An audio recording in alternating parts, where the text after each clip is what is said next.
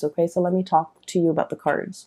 So we have the Devil, and the Devil deals with temptation. Okay, so in this deck in particular, it's definitely it's like I'm hearing payout. Okay, so it's this fruit in the tree is the snake that is coiled around it.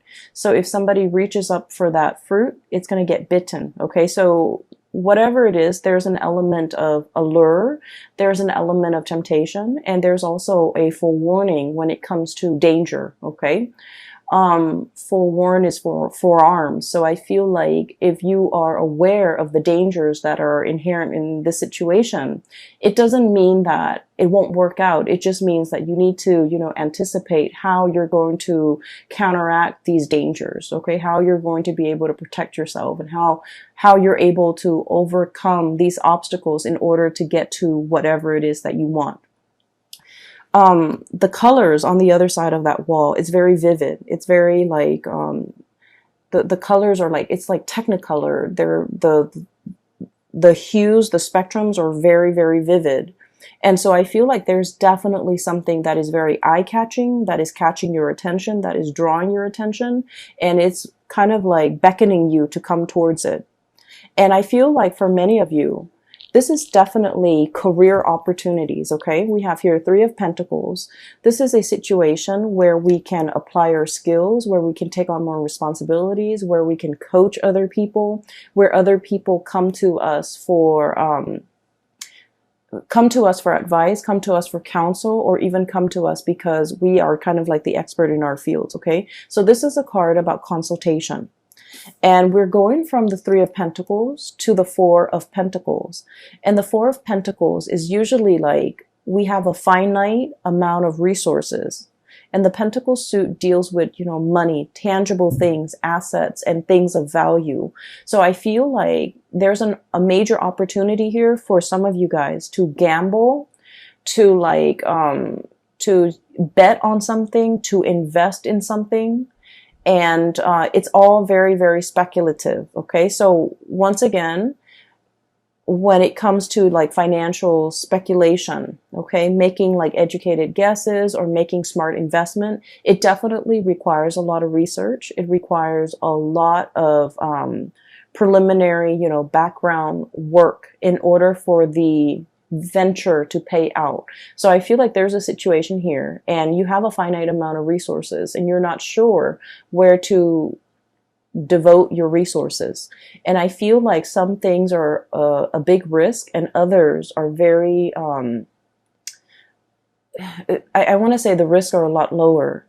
And so I feel like normally you guys are normally very risk adverse. Okay. So I do sense like in this situation, it's like what you see is not always what you get. So I feel like there's going to be some huge payout too. Okay. But once again, there are inherent dangers with speculation, right? Like we're not always 100% sure how things are going to pan out. So it's really important for you to do your research and to make sure that whatever you get yourself into, that you come prepared. Okay, so I definitely feel income generating opportunities here where you're able to like multiply or even double or triple your income.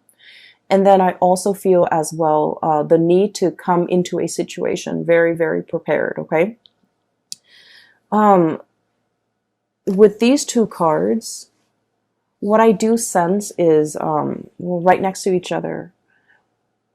The Three of Pentacles is consultation. The Four of Pentacles is holding back, okay? I feel like there's somebody here who is a little bit like, it's almost like you're not really sure if you can trust them, okay? So should you reach out and consult them, or should you, should you offer your expertise, your skills, and your guidance, or should you hold back? So I feel like there's a situation here where things are very, very opposite. Like the energy is very opposite. There's a temptation here to either reach out or there's a temptation to hold back. Reaching out requires a lot of work and a lot of effort. Holding back ensures that things are safe and things are very, very stable. The four energies, it's like the four legs of a table. It's very stable. It's very sturdy, but it's also really, really stagnant. So I feel like you're grappling between a major decision. There's a big temptation here in the picture. You're trying to weigh out your pros and cons. I have here, and this is the Strength card, and the Strength card is basically, with this card in this deck, it's not the standard Rider-Waite interpretation, I feel.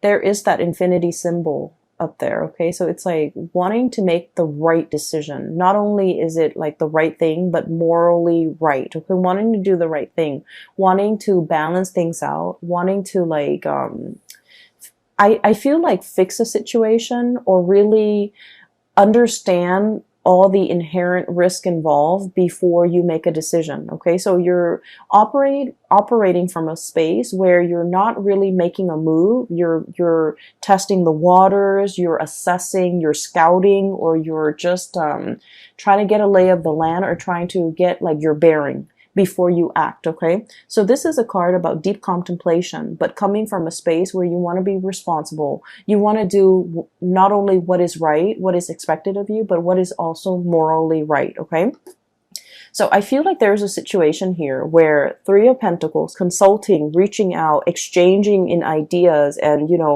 opening up that channel of communication. It seems to me like it could be very, very burdensome, okay? It seems like emotions and feelings and thoughts are wound up very, very tight. And there's something here that is so neatly packaged, okay? Is wound up really, really tight. It is very burdensome, and it's hard for you to know how to extract yourself from it. It's hard for you to know, where do I even begin to unravel it? Where do I even start? Where's the beginning, where's the middle, and where's the end? So I feel like there might have been, for some of you, a really, really complicated situation that you're trying to resolve. And you're not sure. It's like biting off more than we can chew, and then not knowing, what to do, like spit it out or just, swallow it. Like, I feel like it's a situation where it's like we've already gotten ourselves into it. It's like too late to back out, but at the same time, it's more work to continue, like sunk cost, okay? A lot has been invested in it, and there isn't an easy way out. There isn't also an easy way to drop it either. So I feel like you're in a situation where you feel like reaching out, consulting, trying to plan for this situation might be a little bit more trouble than it's worth, okay? And then on the other hand, what I see is with this Four of Pentacles, holding on very, very tightly to things, okay? All the sand dollars are sinking into the quicksand. Okay, so let me show you. Four of Pentacles. It is very much about stability, but it's also about stagnancy, things sinking. Okay, it almost screams to me like a situation that is going downhill. We're holding on to it because it could be very comfortable. And a lot of the times I'm getting this imagery where you're kind of like, if you've been in it for so long, you don't notice that it's sinking. Okay. You don't notice that you're standing in quicksand. If it moves really, really, really slowly and the changes come about in such a minute way, you don't notice it until a long period of time has passed. Okay. Sort of like that image that I saw, the passage of time, the cracks in the walls get bigger. The vines start to overgrow, and like nature starts to reclaim itself. Like, I feel like there's definitely something that is sinking and disappearing. Yeah, disappearing, sinking into the quicksand, disappearing. And so the more that you put off, or the longer that you put off, the more it's going to disappear. And at the end of it, all you're going to get left is not these pentacles, but just, the imprint in the sand, okay? Like a disappearing act. So I definitely feel you're conflicted about a decision, and you're conflicted, about waiting too long, taking too long, and having something kind of disappear out of sight. Okay. What we have here is the Queen of Swords, and this could be your energy, Gemini, as an air sign. This is the card of Aquarius, Gemini, and Libra. Okay. When I first saw this card, the thing that really stood out is not so much the blue eyes, but the moon in the background, the crescent moon. Okay. It seems almost like an eclipse to me. So somebody in the interim, if we're taking our time, if we're taking too long, it indicates an eclipse situation where somebody might be eclipsed out of your life, where somebody might turn very, very icy and very, very cold and very distant. And they're kind of like on the move. Okay, this is very menacing. Usually this card, it's not menacing, but in this deck, it's almost like somebody who's on the prowl, somebody who's a predator, an energy that's very predatory, and an energy that's of somebody who is like, like almost like night vision. They have such strong insights, and they can see through. It's almost like having X-ray vision. They see through everything. Okay, it's somebody who's very discerning, who's very, very sharp, and they can be extremely intimidating to deal with, just because nothing passes or nothing goes unnoticed. Nothing passes through, and they see and they hear everything. So it's somebody with like, highly in tune senses. Okay. But I definitely feel an element here about, eclipsing somebody disappearing. Okay. So that's like the first image. There are two more. Let me try to remember. Oh my gosh. So I can't remember now. Let me see if I've taken notes here. Okay. So the whole concept about, the eyes, okay, like turning cold and things like that, it's also as well echoed in this this card. We have here the Magician, sleight of hand, okay, covering something, concealing something, and it's almost like creating a distraction in front of the audience so that they're seeing what you want them to see. So I feel like for some of you, this could be your energy where you're dealing with somebody who's a performer, or you feel like you're putting on a show. You feel like at work, I have to be this way. And then at home, I have to be this way. And so I almost feel like role playing, somebody who's putting on a show, or somebody who's like going through the motions and pandering to an audience. I have to be like this with this person. I have to be like that with that person. I have to be like this. And with Gemini, you guys are already like the split personality. It is really, really important for you to realize who you are on the inside. So I feel like, wearing the mask and putting on a show and the whole concept about having to perform all the time, you might feel like you're constantly under scrutiny. Okay. This is like surveillance, okay? Like, it gives me like a very strong performance anxiety, having to pander to people, having to keep ourselves in check, having to behave a certain way, mainly because we are being watched, we are being noticed, we are under scrutiny. And this can be as well at work, where you're just feeling as if you have to perform, you have to reach certain quotas. Your subordinates' performance or actions or demeanor or behavior is a reflection of you, and vice versa. The end product that whatever it is that you produce in the work environment is a huge reflection of you. So I feel almost like a situation where you feel like you're under scrutiny, or you feel like you're in the limelight, and you feel almost like you have to cater to what other people want. And I mentioned before, and I never finished that train of thought, so sorry. With Gemini, it's really important for you to find your center, because your energy is very bipolar already because of that twin, duality. And so it's important for you to know who you are. It's important for you to not have to put on these masks when you're dealing with different types of people. And it's important for you to show your true self and not have to feel like you have to conceal any part of yourself when you're dealing with other people. Because in the process of concealing yourself as a dual sign, also as a mutable sign, you guys are very changeable. So from one day to the next, you're constantly in flux. Your value system, whatever you feel is important, I feel like you can bend rules. You can bend rules to fit a situation, okay?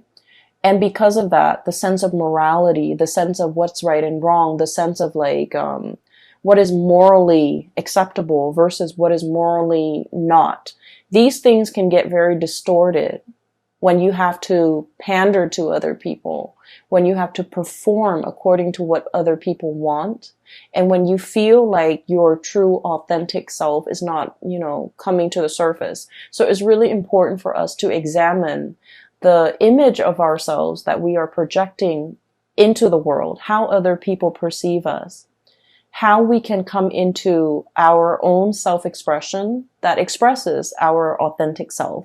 So I feel like there's a lot here about somebody who is trying to conceal, trying to distract, using a red herring, trying to kind of like divert attention away from a situation.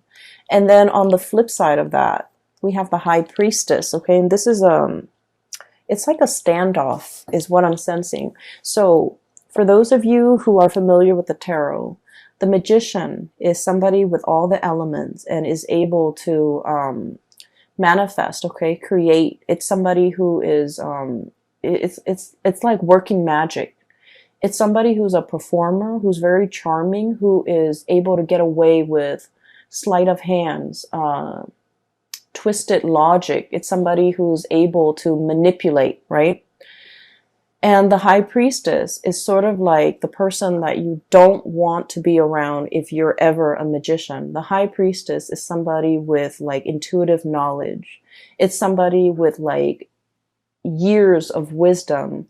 It's somebody who's extremely psychic.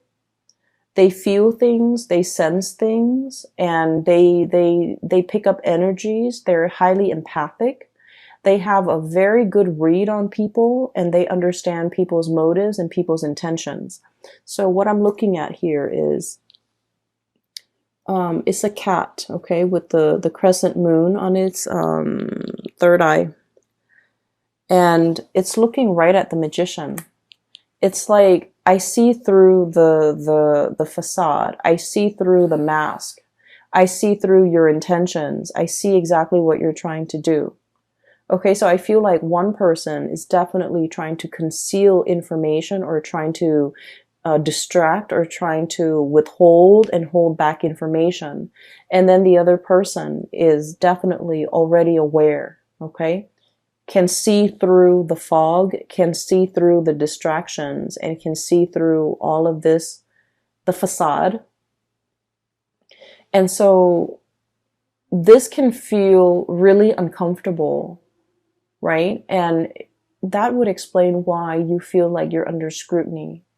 That would explain why you feel like you have to perform. That would also explain why you feel almost like you have to be, a different person depending on who your audience is. And so this is the month where I feel like drop the act, okay? It's time to drop the act. It's time to tell somebody to drop the act. I feel like you might be dealing with somebody like this who is a performer, and you're just like, I see through it, you're not fooling anybody. And on the flip side, Geminis, because you're great performers, I feel like somebody might be saying this to you, drop the act. I see through the facade and you're not fooling me. And so there's definitely a little bit of a standoff here. This energy seems a little bit intimidating, okay? Give me just a moment. That message, the image is coming back.